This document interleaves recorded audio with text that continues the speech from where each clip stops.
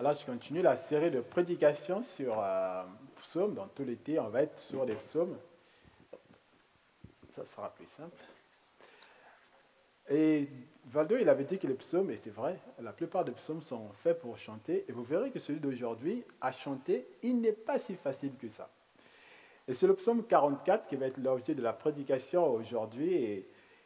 Et je l'ai intitulé « Dieu est à l'écoute des complaintes de ceux qui lui font réellement confiance ».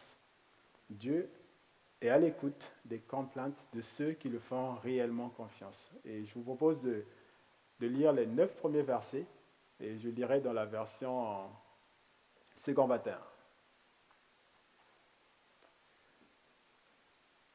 Au chef de chœur des descendants de Corée, cantique. Ô Dieu, nous avons entendu de nos oreilles, nos pères nous ont raconté tout ce que tu as accompli à leur époque par le passé. De ta main, tu as chassé des nations pour qu'ils puissent s'établir. Tu as frappé des peuples pour qu'ils puissent s'étendre. En effet, ce n'est pas par leur épée qu'ils se sont emparés du pays. Ce n'est pas leur bras qui les a sauvés, mais c'est ta main droite, c'est ton bras, c'est la lumière de ton visage, parce que tu les aimais. Ô Dieu, tu es mon roi, ordonne la délivrance de Jacob. Grâce à toi, nous renversons nos ennemis. Grâce à ton nom, nous écrasons nos adversaires. Car ce n'est pas en mon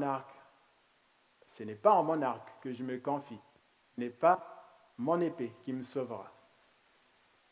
C'est toi qui dirige, toi qui nous délivre de nos ennemis et qui fait rougir de honte ceux qui nous détestent. Nous chantons la louange de Dieu chaque jour et nous célébrerons éternellement ton nom. Merci. Donc ce psaume est donc un cantique qui est composé et chanté par les descendants de Corée qui avaient la responsabilité de la louange au temple. Et d'entre les jeux, nous voyons le témoignage des parents aux enfants, puis de ces enfants, puis des enfants à leurs propres enfants. Et chaque famille semble être garante de cette transmission. Ce n'est pas une institution, une seule personne qui a la charge de transmettre à la nouvelle génération, mais bien tous. Et c'est ce qui traduit à la phrase « Nous avons entendu de nos oreilles nos pères ou nos parents nous ont raconté ». Et moi, j'ai été vraiment particulièrement interpellé par cette expression, cette phrase « Nous avons entendu de nos oreilles ». Cette transmission est vraiment importante et vitale, et c'est Dieu lui-même qui l'a instaurée, qui l'a établie, pour que notre mémoire ne nous joue pas de tour et que nous n'oublions pas qui il est et ce qu'il a accompli. Dans Deutéronome 6, le verset 6 à 7, il dit ceci. « Les commandements que je te donne aujourd'hui seront dans ton cœur. Tu les répéteras à tes enfants. Tu en parleras quand tu seras chez toi, quand tu seras en voyage, quand tu te coucheras et quand tu te leveras. » Il s'agit là, certes, d'enseigner les commandements et d'une manière plus large, de parler de Dieu à nos enfants et à notre entourage. Et en tant que créateur de l'univers, des hommes et des femmes, Dieu ne veut pas seulement être connu d'une poignée de personnes. Il veut être connu de tous, d'autant plus qu'il a un message important et capital pour l'humanité. Il donne la vie éternelle en Jésus-Christ. Dans la préparation du message de ce jour, j'ai voulu en savoir un peu davantage sur la transmission dans le judaïsme et j'ai trouvé ce commentaire qui m'a semblé intéressant. Il y a une subtilité, je lis le commentaire, il y a une subtilité entre les mots hébreux banim et bunim, le premier voulant dire les enfants et le second les bâtisseurs, entre parenthèses les parents. Ce qui est valable pour toutes les cultures. Mais ce qui est essentiel dans le judaïsme, où l'on doit sacrifier beaucoup pour éduquer ses enfants et leur transmettre une culture plus que trémilaire. La qualité même de parent ne se conçoit que comme responsable du maillon ultime d'une chaîne de savoir, de sagesse et d'expérience qui va d'Adam, passe par Noé, Abraham, Isaac, Jacob, Moïse et se termine pour l'instant avec l'enfant devant nous. Celui dont nous devons nous assurer qu'il sera assez solide pour, à son tour, transmettre à ses enfants. C'est en particulier l'enseignement de la Torah, la Bible, et c'est ce qui est au cœur du verset 7 de Deutéronome 6, et tu l'enseigneras à tes enfants. De génération en génération, l'histoire se transmet donc fidèlement. Et on dit aussi souvent à beau mentir qui vient de loin, parfois on nous dit des choses, on se demande si c'est vrai. Et je pense souvent, les parents, certains parents parfois, je mets des guillemets, embellissent un peu leur jeunesse devant leurs enfants. Et ils semblent se faire passer pour des gens qui étaient toujours sages quand ils étaient petits ou qui excellaient en sport à l'école. Et c'est peut-être juste les enfants qui ont cette appréhension ou cette compréhension des choses. Mais ce qui m'encourage, moi, dans ce texte, c'est de voir la fidélité avec laquelle la transmission elle est faite. Et dans notre texte, on voit que les parents, ils ne prennent pas la place de Dieu, ils ne deviennent pas acteurs principaux qui permettent la conquête, la victoire, en fait. Les parents auraient pu raconter l'histoire en devenant eux-mêmes les principaux héros de leur victoire, de leur conquête. Mais non, ils ont mis Dieu à l'honneur.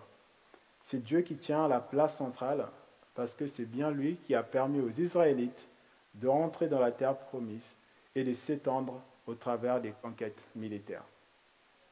On peut imaginer les yeux des enfants qui s'écarquillaient, qui s'émerveillaient d'histoires extraordinaires que les parents leur racontaient. Alors, il y a des enfants parmi nous, les moniteurs et monitrices de l'école de dimanche, vous ont raconté plein d'histoires aussi de la conquête de la terre promise. Et vous allez nous émerveiller avec quelques histoires que vous connaissez. Quelle histoire vous vient à l'esprit, vous, par exemple, si on parle, oui, je vous donne quelques indices quand même pour orienter les réponses. Allez, si je vous parle de la mer Rouge, qu'est-ce que ça vous inspire, la mer Rouge? Ah, ça, c'est un grand enfant qui a parlé. Bon, il y a encore quelques préados, même s'il y en a certains qui sont éclipsés. Est-ce que les préados veulent dire la mer Rouge, ce que ça vous inspire? Bon, on a entendu déjà la réponse, la sortie d'Égypte. Moi, j'imagine en fait les parents raconter aux enfants et dire, après une période de servitude en Égypte, Dieu nous a libérés de la main du Pharaon. Pharaon nous a pourchassés avec son armée et nous sommes retrouvés piégés devant nous la mer Rouge et derrière l'armée égyptienne, avide de vengeance après les fléaux que Dieu leur avait infligés. Et là, Dieu a ouvert un couloir dans la mer que nous avons pu traverser les pieds au sec. Extraordinaire. Et ensuite, Jéricho. Ça inspire quelque chose à quelqu'un?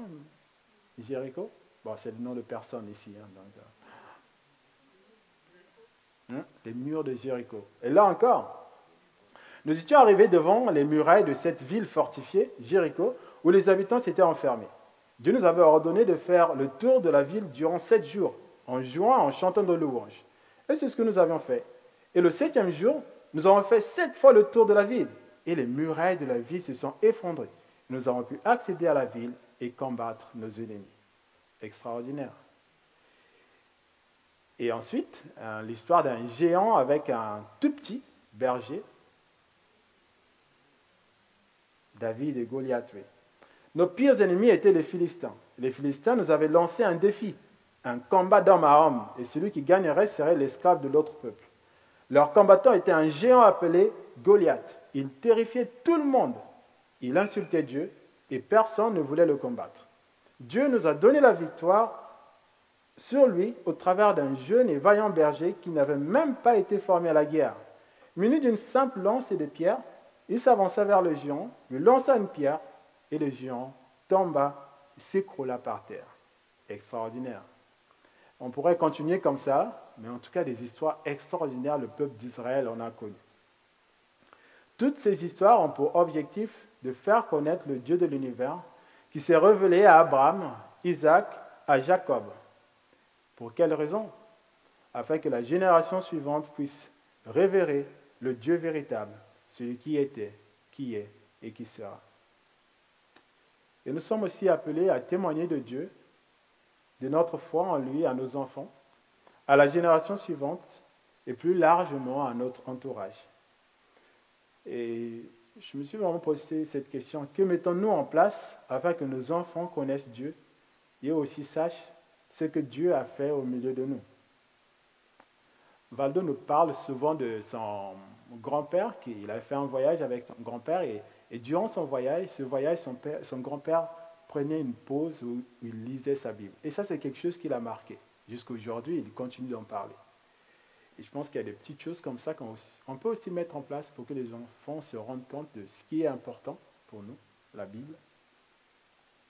On peut aussi juste prendre un temps de lecture de la Bible avec les enfants, prendre un temps de méditation de la Bible et prendre aussi un temps de louange avec les enfants. Et moi, j'ai réalisé en préparant ce message qu'il y a une chose à laquelle on ne parle pas souvent. Moi, personnellement, je ne parle pas assez souvent. C'est ce que Dieu a fait pour moi, en fait.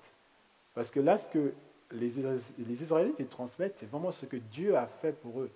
Et je parle beaucoup de la Bible, mais je dis moins de ce que Dieu a fait pour moi, ce que Dieu a changé en moi.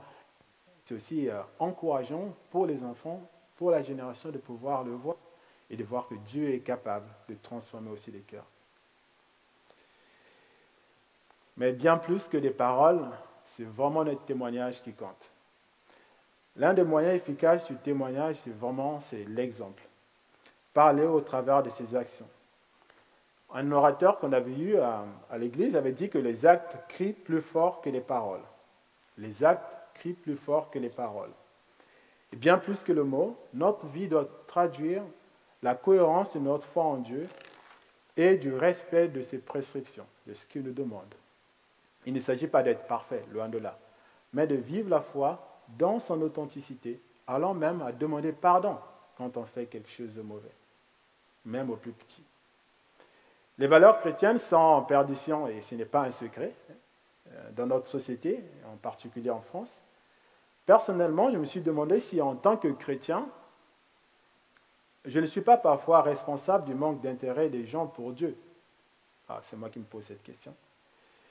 Si je me déclare chrétien et que mes actes ne diffèrent en rien de ceux des non-chrétiens, comment puis-je les persuader de croire en Dieu? Comment pourrait-il accorder de la valeur à ma foi? Bien entendu, l'idée n'est pas de nous faire culpabiliser, mais de nous donner de réfléchir et d'ouvrir les yeux sur notre réalité et aussi sur notre mission. Alors Jésus l'a dit, il a demandé à ses disciples d'aller et de faire des disciples. Et il ne s'agit pas d'aller au Togo comme en Bulgarie ou en soutien des missionnaires, mais même dans notre entourage et dans notre famille. Faire connaître aux gens, faire connaître Dieu aux gens, et que ces personnes puissent obéir à leur tour. En tout cas, on voit le résultat de la transmission pour les Israélites. Et cette transmission, le résultat est vraiment palpable chez les enfants. Et notre texte nous dit qu'à leur tour, les enfants font confiance à Dieu. C'est ce qu'on voit au verset 5, 6 et 7. La génération suivante a expérimenté aussi l'amour et la puissance de Dieu. Et tout comme leurs parents avaient réalisé que Dieu les aimait, eux aussi, ils ont réalisé que Dieu les aimait. Voilà là une transmission efficace, et on en rêverait tous en tout cas. Mais notre rôle à tous, c'est de transmettre, et c'est Dieu qui fait le reste. Comment prendre conscience de l'amour de Dieu? C'est une question qu'on peut vraiment se poser, nous tous. Comment prendre conscience de l'amour de Dieu? Comment prendre conscience de l'amour de Dieu? C'est une bonne question à laquelle je nous invite tous à réfléchir, en tout cas toute notre vie, on y réfléchit. Mais on a quand même quelques réponses, et je pense vraiment que la plus grande et la plus simple des réponses, c'est Jean 3,16 qui nous dit que Dieu a tant aimé le monde qu'il a donné son Fils unique, afin que quiconque croit en lui ne périsse pas, mais qu'il ait la vie éternelle. Et c'est vraiment sur ce genre de déclaration qu'on doit s'appuyer pour avoir conscience de l'amour de Dieu pour nous. Alors la nouvelle génération des Israélites ne s'appuie pas non plus sur ses forces, sur ses armes, mais elle s'appuie sur Dieu qu'elle appelle mon roi, c'est-à-dire le souverain, celui qui règne. sur ces sujets. Dieu règne dans les cœurs de ceux qui acceptent son autorité dans leur vie. Dieu devient alors la lumière, tel que c'est dit également dans nos textes, c'est-à-dire celui qui indique le bon chemin à suivre. Et c'est ce que dit le verset 4, lumière de ton visage. Et c'est notre espérance pour nos enfants, pour notre entourage, pour les personnes auxquelles nous parlons de la bonne nouvelle de la vie éternelle en Jésus-Christ. Qu'elles prennent conscience de l'amour de Dieu et qu'elles développent aussi leur propre confiance en Dieu. Et de leur confiance en Dieu découle cette résolution du verset 9, qui est aussi similaire à ce que David l'a dit dans le psaume 42 sur lequel j'avais prêché dimanche dernier. Et cette résolution stipule qu'indépendamment des circonstances, les Israélites chanteront les louanges de Dieu jour et nuit.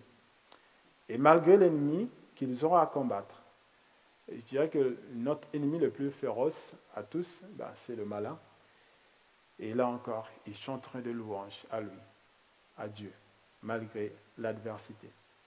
Parce que Dieu a fait ses preuves. Dieu est tout-puissant. Et Jésus a vaincu la mort. Il a vaincu le diable à la croix. Mais retenez bien cette résolution des Israélites. Je louerai Dieu quoi qu'il en coûte, indépendamment des circonstances. Elle est vraiment importante pour mieux apprécier la suite du texte qu'on va lire. Et la suite, en chanson, je ne sais pas ce que ça donnerait, mais vous me direz ce que vous en pensez, vous. On va lire la suite du texte, les versets 10 à 27,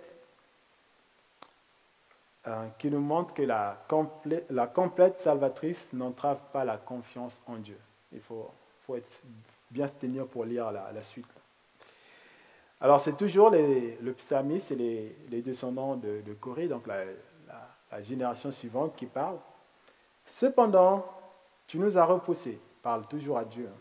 Cependant, tu nous as repoussés, tu nous as couverts de honte, tu ne sors plus avec nos armées, tu nous fais reculer devant l'ennemi, et ceux qui nous détestent se partagent nos dépouilles. Tu nous livres comme des brebis de boucherie, tu nous disperses parmi les nations. Tu vends ton peuple pour rien, tu ne l'estimes pas à une grande valeur. Tu nous exposes aux insultes de nos voisins, à la moquerie, aux railleries de ceux qui nous entourent. Tu fais de nous le sujet d'un proverbe parmi les nations. Enhoche ta tête sur nous parmi les peuples. Mon humiliation est toujours devant moi, et la honte couvre mon visage à la voix de celui qui m'insulte et me déshonore, à la vue de l'ennemi avide de vengeance. Tout cela nous arrive alors que nous ne t'avons pas oublié et que nous n'avons pas violé ton alliance. Nous n'avons pas fait marche arrière dans notre cœur. Nous ne nous sommes pas écartés de ton sentier. Pourtant, tu nous as écrasés dans le territoire des chacals et tu nous as couverts de l'ombre de la mort. Si nous avions oublié le nom de notre Dieu et tendu nos mains vers un Dieu étranger, Dieu ne le saurait-il pas, lui qui connaît les secrets du cœur? Mais c'est à cause de toi qu'on nous met à mort à longueur de journée, qu'on nous considère comme des brebis destinées à la boucherie. Lève-toi. Pourquoi tu dors, Seigneur? Pourquoi dors-tu, Seigneur? Réveille-toi. Ne nous repousse pas pour toujours. Pourquoi te caches-tu? Pourquoi oublies-tu notre misère et notre oppression quand nous sommes affalés dans la poussière, quand nous rampons par terre? Voilà, c'est la suite. Cette partie du texte ne semble vraiment pas de nature à nous encourager à mettre notre confiance en Dieu, à tout ce qui a été dit précédemment.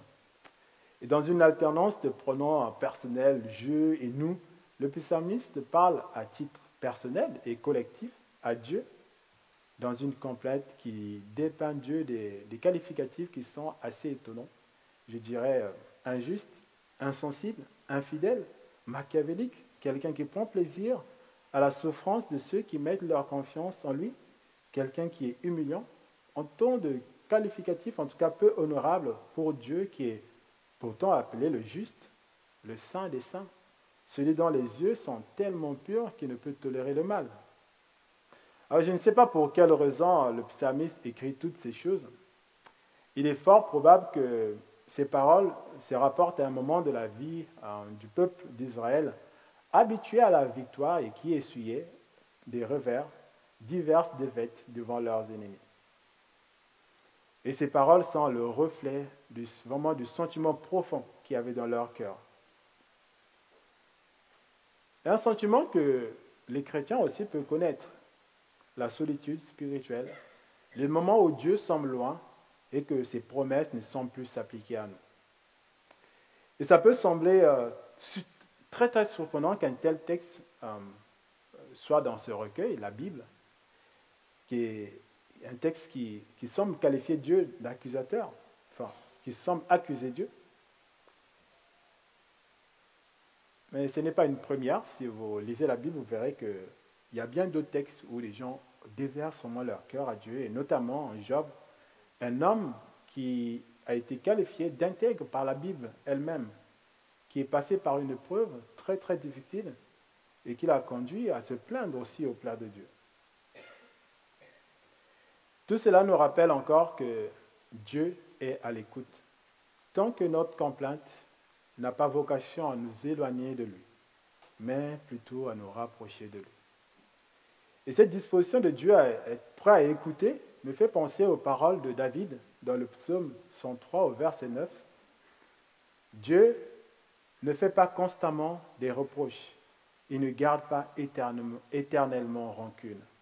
Dieu ne fait pas constamment des reproches, il ne garde pas éternellement rancune. Le psalmiste considère que l'abandon de Dieu, son silence, sont injustes, car il n'a commis aucune faute. Même collectivement, ils n'ont commis aucune faute. Il n'a pas désobéi à la volonté de Dieu. Il dit que Dieu, qui est omniprésent, omniscient, saurait s'ils avaient commis un péché. Et cela pourrait sembler assez prétentieux de se considérer juste et que Dieu agirait injustement envers ses fidèles. Ça semble être le monde à l'envers.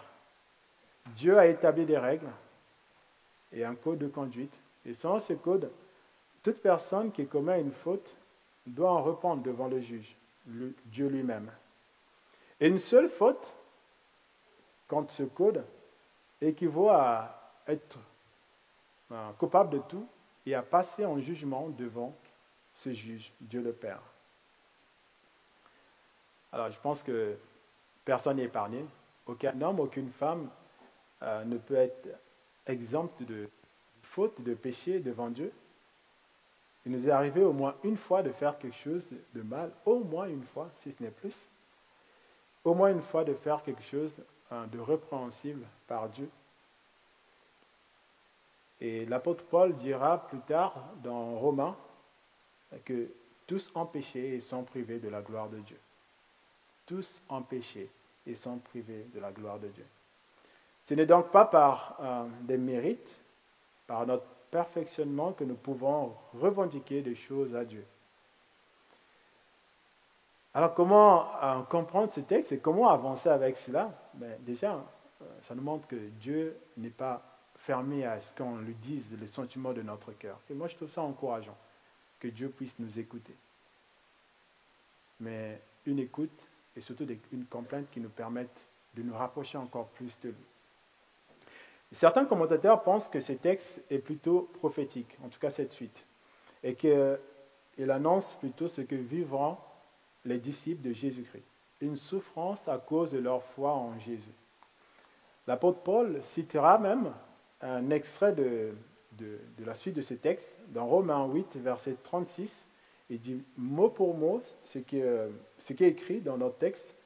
Il dit, c'est à cause de toi qu'on nous met à mort à longueur de journée, qu'on nous considère comme des brebis destinées à la boucherie. Et Jésus a aussi prévenu ses disciples qu'ils connaîtront des moments de souffrance, qu'ils connaîtront la persécution. Comme ils m'ont persécuté, ils vous persécuteront aussi. Et ça, c'est Jean 15 qui nous le montre. La suite du texte de Romains 8 dit, Romains 8, 37, au contraire, dans tout cela, nous sommes plus que vainqueurs grâce à celui qui nous a aimés. En effet, j'ai l'assurance que ni la mort, ni la vie, ni les anges, ni les dominations, ni le présent, ni l'avenir, ni les puissances, ni la hauteur, ni la profondeur, ni aucune créature ne pourra nous séparer de l'amour de Dieu manifesté en Jésus-Christ. l'histoire de la foi en Dieu n'est pas seulement remplie de récits extraordinaires, tout comme les enfants d'Israël ont pu en entendre de leurs parents. Elle est aussi remplie des histoires qui sont tristes et parfois même des souffrances causées par les Juifs eux-mêmes entre les Juifs. On pense notamment aux prophètes de Dieu qui ont été tabassés et tués parce qu'ils annonçaient des paroles qui venaient de la bouche de Dieu et qui n'étaient pas agréables au peuple juif. Et moi, une chose aussi qui m'interpelle beaucoup dans la Bible, enfin, il y a un cas qui m'interpelle, le cas d'Étienne. C'est un cas qui m'interpelle assez souvent. Étienne. On trouve son histoire dans le livre des Actes des Apôtres, dans les chapitres 6 et 7. Et ça nous dit que Étienne faisait des prodiges, faisait des grands miracles parmi le peuple. Et des responsables religieux, jaloux qui étaient aussi à l'évangile, aussi jaloux de tout ce qu'il accomplissait, ont tenu une discussion avec lui pour pouvoir le discréditer. N'y arrivant pas, ils l'ont traduit devant le conseil des responsables religieux. Et là, il a fait un enseignement sur la foi, qui part d'Abraham jusqu'à Jésus, et tout ça pour montrer que Jésus était vraiment le Messie, rejeté par ses contemporains, par les autres Juifs. Et pendant son discours, il va avoir une vision dans laquelle il voit Jésus au ciel, assis à la droite de Dieu. Et donc il va exprimer tout ce qu'il voit. Et sur ça, les chefs religieux sont... on va dire que la suite, elle glace, parce que ces témoignages rend fou les chefs religieux, qui considèrent qu'il blasphème. Ils vont donc le traîner hors de la ville, ils vont le lapider, et il va mourir. Et avant de mourir, il va dire ces mots: Seigneur, ne leur impute pas ce péché. Seigneur, ne leur impute pas ce péché.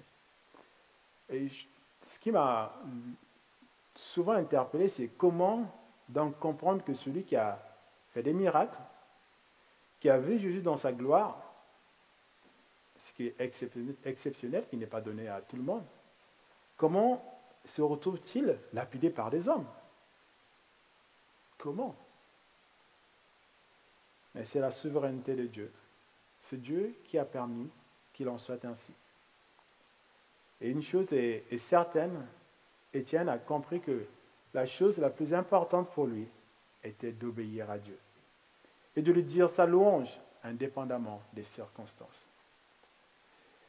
Nous ne savons pas pourquoi Dieu a permis ce martyre, mais dans l'assistance, figurez-vous, il y avait un homme qui approuvait cette lapidation et qui plus tard deviendra lui aussi un instrument de la propagation de la bonne nouvelle de l'Évangile.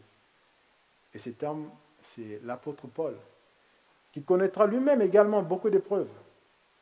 Et vous pouvez lire en tout cas son histoire dans le livre des Actes des Apôtres. Et on a bavé pour l'annonce de l'Évangile. Mais il n'a jamais abdiqué. Ah, c'est mon réveil. Pour autre chose.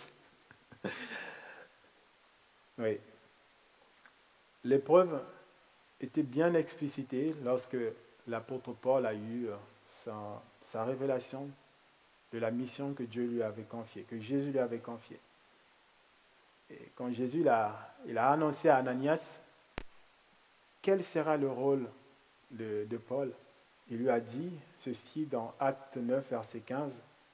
« Vas-y, car cet homme est un instrument que j'ai choisi pour faire connaître mon nom aux Juifs, au roi et aux Israélites. Et la suite, je lui montrerai tout ce qu'il doit souffrir pour moi. » Dieu ne lui a pas caché en fait les choses. Il lui a expressément montré ce qu'il vivrait, mais pour la bonne cause. Alors que nous accueillons les Jeux Olympiques, on nous a parlé de médailles, les gens concourent pour des médailles. Rappelons-nous également que l'apôtre Paul compare très souvent la vie chrétienne à un sport d'endurance, une course, ou de lutte, de combat, avec un objectif, emporter la victoire, c'est-à-dire demeurer fidèle à Dieu, quoi qu'il en coûte, pour être avec lui pour l'éternité. Dieu est Dieu, même dans les circonstances défavorables pour nous. Dieu est Dieu. La promesse de la vie éternelle doit nous galvaniser parce que c'est la plus importante des promesses possibles. La promesse de la vie éternelle doit nous galvaniser parce que c'est la plus importante des promesses possibles. L'intensité de l'épreuve peut, hélas, parfois voiler cette promesse. Et c'est vrai, l'intensité de la souffrance peut nous faire perdre parfois cette perspective de la vie éternelle. Mais j'ai envie de nous poser cette question. Qu'est-ce qui est la meilleure des choses? De ces deux choses que je vais citer, quelle est la meilleure?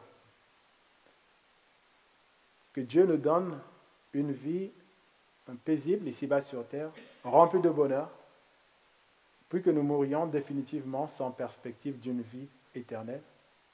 Et la deuxième, que notre vie ici-bas sur terre soit parsemée d'épreuves, de souffrances, et que notre foi en Jésus-Christ nous conduise à l'éternité avec Dieu le Père.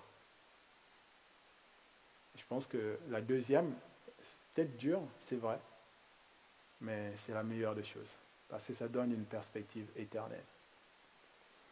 L'épreuve est aussi un test de la solidité de notre relation avec Dieu. Si l'amitié n'existe que quand tout va bien, peut-on la qualifier de profonde et durable? Une amitié qui n'a pas connu de moments de turbulence peut-elle être qualifiée de solide? Je ne pense pas. Les vraies amitiés sont celles qui ont survécu aux épreuves, aux désaccords superficiels. Et là, la fiabilité de l'amour de Dieu est réelle. Alors que nous avions été infidèles, lui nous a prouvé son amour en donnant Jésus-Christ mourir à la croix pour nous. Et il continue encore à manifester cet amour aujourd'hui, parce que chaque fois que nous péchons et que nous reconnaissons que nous avons péché et que nous demandons sincèrement pardon, il nous pardonne. Dieu nous pardonne et restaure la relation avec lui. Alors l'épreuve n'est pas forcément la conséquence d'une faute. Et c'est ce qu'on pourrait comprendre un peu au travers de la complainte des enfants, de la nouvelle génération. L'épreuve n'est pas forcément la conséquence d'une faute. Ne la regardons pas non plus comme un abandon de Dieu, mais un moyen de nous réfugier davantage dans ses bras d'amour et dans sa main droite, expression de sa puissance redoutable. Et heureusement que le texte ne se termine pas au verset 26, qui a une suite. Une suite qui montre que cette nouvelle génération a son espérance en Dieu, non pas à cause de ses bonnes œuvres, mais à cause de la bonté de Dieu. C'est ce que dit le verset 27, qui dit « Lève-toi pour nous secourir, délivre-nous à cause de ta bonté. » Oui, nous pouvons crier à Dieu, nous pouvons lui faire part de notre complainte, nous pouvons lui faire part des sentiments plus profonds de notre cœur. Mais faisons-le en soyant reconnaissants envers lui, parce que tout ce que nous avons n'est que grâce et bonté de Dieu. Nous ne pouvons pas revendiquer quelque chose. Et la bonté de Dieu, elle est vraiment différente de la nôtre. Nous, en général, on est bons avec ceux qui sont bons avec nous, mais Dieu a d'abord été bon avec nous avant même que nous le connaissions. Et c'est ce qui nous rassure. C'est que Dieu nous veut du bien. Il est bon envers nous. Non pas parce que nous faisons tout bon, nous faisons des choses de manière parfaite, mais parce qu'il nous aime et parce qu'il a pitié de nous et veut notre salut. Dieu veut notre bien. Et tout comme les Israélites, nous aussi faisons appel à Dieu dans nos épreuves. Et rappelons-nous aussi de cette vérité exprimée par l'apôtre Paul dans Romains 8, le verset 28. Du reste, nous savons que tout contribue au bien de ceux qui aiment Dieu, de ceux qui sont appelés conformément à son plan. Je relis. Du reste, nous savons que tout concourt, tout contribue au bien de ceux qui aiment Dieu, de ceux qui sont appelés conformément à son plan.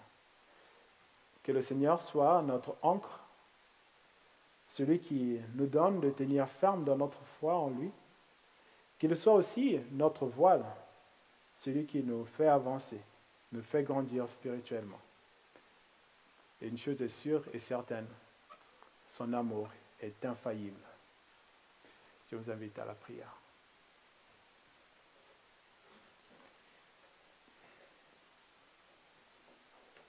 Seigneur, merci pour ta parole qui nous apprend que tu es un Dieu qui est à l'écoute, un Dieu qui veut se faire connaître aux hommes. Et tu nous as donné cette responsabilité à nous qui avons eu cette grâce de connaître ton nom, de le faire aussi connaître aux autres, aux plus proches, dans notre famille, les enfants, notre voisinage et partout dans le monde professionnel. Et on veut te demander pardon, Seigneur, parce que nous ne le faisons pas forcément intentionnellement et chaque fois. Mais toi, tu veux vraiment que le monde puisse te connaître, pour que ce monde découvre la vie éternelle qui est en Jésus-Christ. Oui, Seigneur, nous prions pour cela, que tu nous donnes d'avoir des astuces, de pouvoir parler de toi de manière intentionnelle et de dire aussi ce que toi tu as accompli dans notre vie, pour que d'autres puissent voir ce que tu es capable de faire dans les cœurs des gens, que toi tu transformes des vies au Seigneur. Père, on te remercie aussi pour ta patience envers nous. Quand on voit ce texte et ces simples hommes et femmes comme nous qui sont faibles, de parler ainsi à toi, le Dieu véritable, celui qui les a créés, on se dit, waouh, comment se fait-il que tu puisses tolérer cela? Ce serait dans notre société, ce serait la dictature et notre bourreau, en tout cas le dictateur ne ferait que de nous une bouchée. Il nous réduirait en poussière. Mais toi, tu acceptes qu'on puisse te parler, qu'on puisse te faire part de ce qu'on a au fond de notre cœur, ce qui nous blesse, ce qui nous chagrine. Et tu nous réponds aussi, parce que tu es le Dieu vivant. Tu veux que, en déversant notre cœur, nous puissions nous approcher de toi et que nous recevions ces forces nouvelles pour continuer la marche avec toi. Et nous te sommes reconnaissants vraiment pour cela. Et nous prions, Père, que tu renforces notre foi en toi. Tu nous donnes des encouragements par la louange de tout ce que tu as déjà accompli dans nos vies. Et que cela nous galvanise. Parce que nous savons que la victoire est certaine et là acquise par Jésus-Christ pour nous. En ton nom, Jésus. Amen.